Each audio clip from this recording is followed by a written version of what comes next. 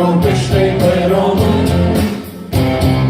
Am dat sânge și sudoare pentru România mare, Doamne, ocrotește pe român. Am dat viață și soldați pentru o patrie de frați, Doamne, ocrotește pe român. Am dat fata, am dat zisa, de la Nistru până la Tisa, Doamne, ocrotește pe român.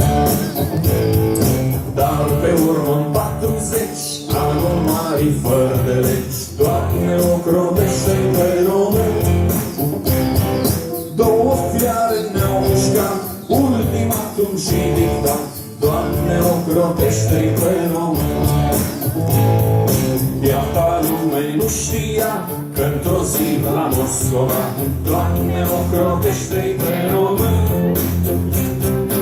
Au semnat un patriclou, Molotov și Ribbentrop, Doamne, ocrotește-i pe român. Hai să încercăm să cântăm împreună piesa asta. Noi cântăm versul și dumneavoastră răspundeți cu refrenul, da?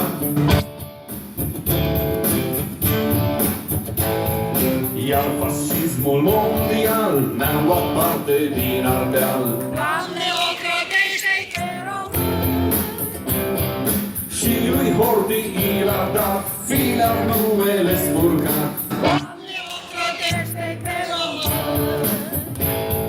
Stalin cu teroarea sa ne-a luat Basarabia, Doamne, ocrotește-i pe român. și cu Hitler în acord Bucovina de la nord.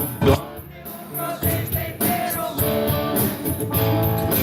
Îi mai mari ne-au frânt, ne-au luat țară și pământ. Doamne, ocrotește-i pe român.